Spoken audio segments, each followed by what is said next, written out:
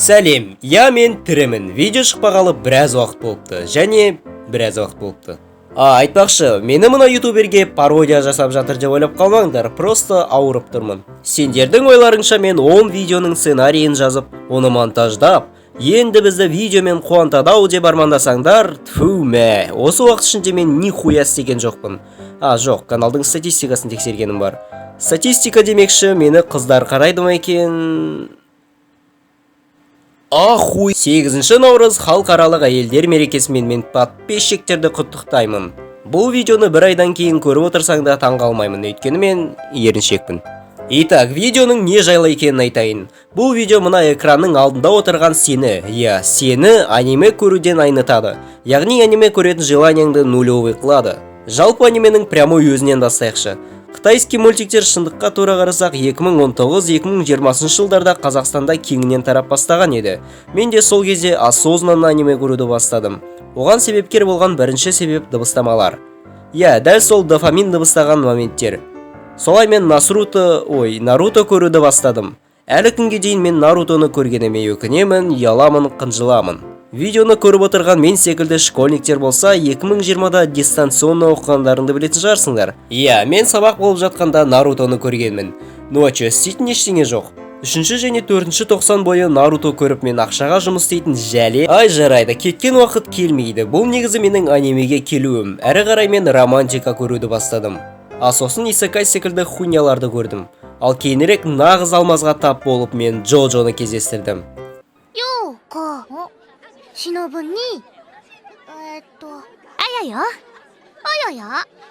一文字多いわあやよ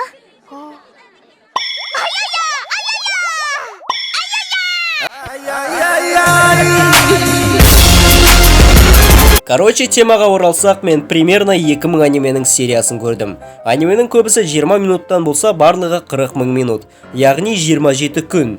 Осыншама уақытта мен өзімді дамытумен айналысып, математикаға көңіл бөлуіме болатын еді. Алайда мен сондаймын. Бастапқыда 800 сериялы Наруто дым емес болса, 12 сериялы романтика көруге желание болмайды. Бұл тек менде емес, кейбіреулерінде де солай болуы мүмкін. Негізі осыған басты себеп бұл анименің көбісі бірдей болуынан.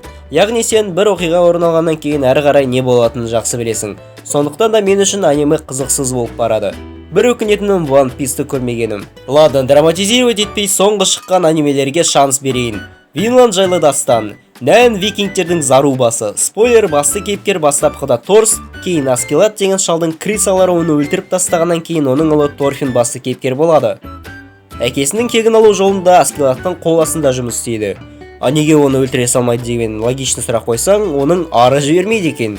Сонда қаншама ауылдарды отқа орағаны арлы болғаны ма? Негізі басында істеген ісі дұрыс деп ойласа да, сюжет бойында оған әкесінің рухы келгендей болып, сенікі қате дейді. Ал әрі қарай не болатынын білмеймін. Көріп аяқтаған жоқпын. Негізі анименің не жайлы екенін түсіну оңай. Осы анимені тіпті шедевр десем де мүлт кетпеймін деп ойлаймын. Жаңа шыққан анимелер сондай қызық деп енді қуана бергенінде мен мына бір говноға тап болдым.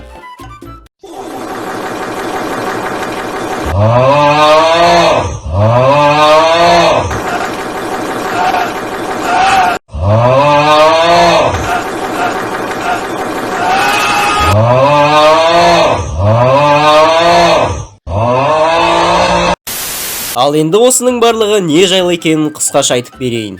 Бірінші аниме непризнанный школой владыка демонов дейді. Атының өзінен көргім келмейді, бірақ мен қарадым да онда 2 сезон бар екенін көрдім. Және 2 сезонның 1 сериясын бастым. Сразу айтайын, бұл говно анимеде құдайлар жайлы айтылады. Так что жүрекке жақын қабылдамаңдар, жай ғана бос сөз. Сол баяғы магиялық әлемде бір тянка жүр екен. Не істеп жүргенін білмеймін. Бір кезде оған сары гачок келеді. Дио емес. Ол өзін құдайлардың әкесімін деп таныстырып, оған жақындап, қатыным боласың, бала туып бересің дейді. Ал қыз нихуя дейді. Жабайы еркек күш қолдана бастағанда біздің батырымыз владыка демонов, қазақша шайтандардың билеушісі келіп, әлгі қызды құтқарып пиздос қырылысып кетеді. Бұлай сюжеті хуйня, бірақ рисовка мен эффекттері Барутодан 1000 есе әдемі көрінеді. Қысқаша айтқанда, бұл анимеде әлгі шайтандардың билеушісі аты айтып тұрғандай бір мықты билеуші ретінде біреулерді құтқарады. Қате айтсам, ғафу өтінем, өйткені мен 5 минуттан кейін шығып кеттім. Томо қыз. Бірінші бөлімінде кіргенде бұл анименің не жайлы екенін түсіндім. Айтпақшы, кейіпкерлерді мен өзім қойған кличкамен айтамын. Томо басты кейіпкер, және оның подругасы Уэнсдей. Ал бұл оның досы Бегемот. Себебі ол Бегемот секілді тупой. Несімен десең, ол Томоны ұл деп ойлайды.